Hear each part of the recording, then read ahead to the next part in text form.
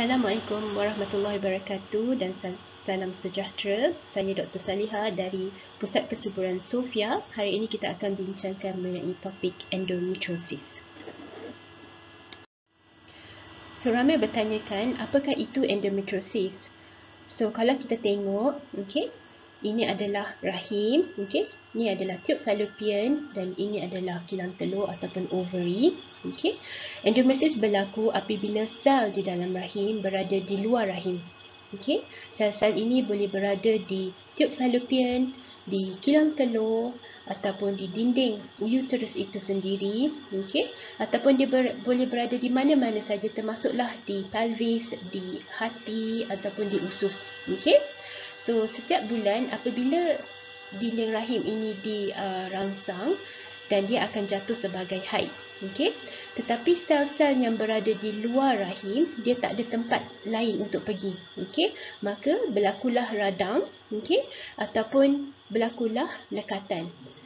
Juga dikenali sebagai adhesion.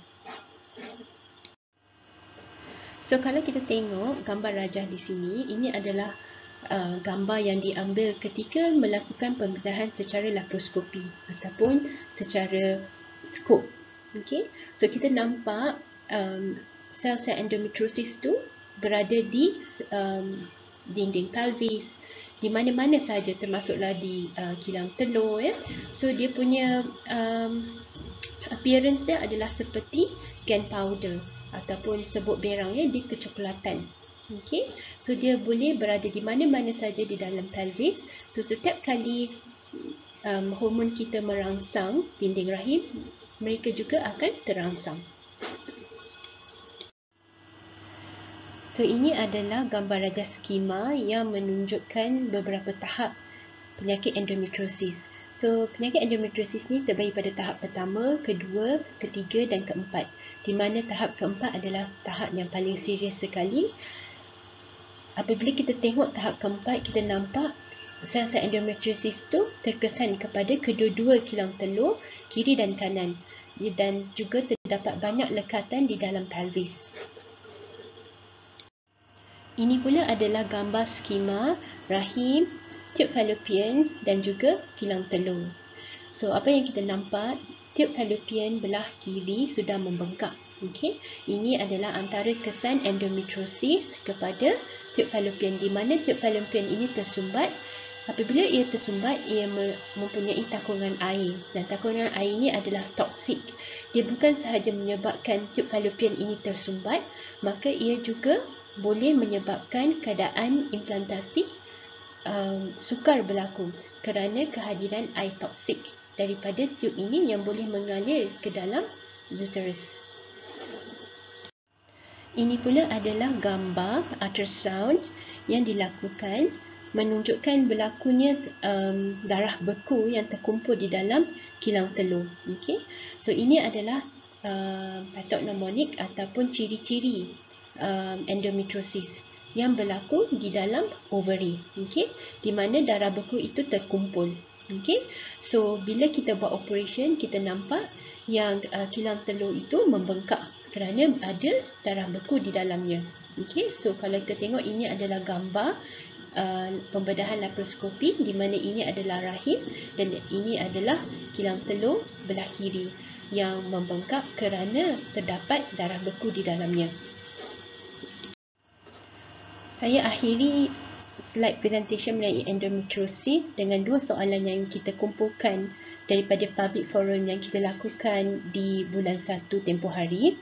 Terdapat dua soalan mengenai endometriosis. Soalan pertama adalah mengenai pesakit yang mempunyai stage 4 endometriosis, dan bila bertanyakan adakah dengan IVF sahaja cara untuknya hamil, maka kita semua tahu stage 4 adalah stage yang paling serius untuk endometriosis, di mana kedua-dua kilang telur, ovary, terkesan dengan endometriosis. Apabila endometriosis ni berada di kilang telur, dia juga menyebabkan telur tidak berkualiti dan jumlah telur berkurangan dengan mendadak. Maka rawatan kesedaran yang terbaik adalah melalui IVF, kerana IVF mempunyai peratus kejayaan yang tertinggi berbanding dengan cara rawatan kesuburan yang lain seperti IUI ataupun dengan hanya memakan pil kesuburan. Pada masa sama, kita kena tahu kalau ada stage 4 endometriosis, fungsi tube fallopian juga akan terkesan. So, tube fallopian mungkin membengkak, mungkin tersumbat, ya, dan mungkin tidak boleh melakukan fungsinya dengan terbaik kerana dia tidak boleh membawa sperma ke telur ataupun membawa embrio ke rahim untuk proses penimpilan. Ini adalah disebabkan oleh radang endometriosis yang ada bagi mereka yang mempunyai stage 4 endometriosis. So, secara kesimpulannya, rawatan IVF adalah rawatan yang dinasihatkan terutama kepada wanita yang mempunyai endometriosis stage 4. Soalan yang terakhir adalah mengenai fungsi lukrin. Adakah lukrin membantu meningkatkan peluang kehamilan? So, lukrin ni adalah salah satu hormon yang kita beri untuk meredakan radang endometriosis. So, selalunya kita boleh beri lukrin ni sama ada sebelum kita start rangsangan kepada kilang telur ataupun sebelum kita meletakkan embrio ke dalam rahim. Okay? So, memang fungsi lukrin ni ternyata berkesan, especially kepada mereka yang mempunyai endometriosis. Kerana dengan lukrin, radang endometriosis itu lebih terkawal dan ini insya-Allah boleh membantu proses penimpilan dan seterusnya peluang kehamilan. So, saya akhiri slide presentation saya kali ini dengan nasihat agar mereka yang mempunyai sakit sengguguk yang kuat atau yang sudah tahu mereka mempunyai endometriosis untuk datang ke hadapan. Okay, jangan tunggu lama kerana endometriosis ini boleh merebak daripada stage 1 kepada stage 2, 3 dan seterusnya. Maka sekiranya terdapat kesukaran untuk mengandung adalah digalakkan untuk datang ke hadapan dan jangan mengambil masa yang lebih lama kerana ia hanya akan menurunkan peluang kehamilan. Semoga presentation slide ini membantu dan memberi manfaat. Sekian saja.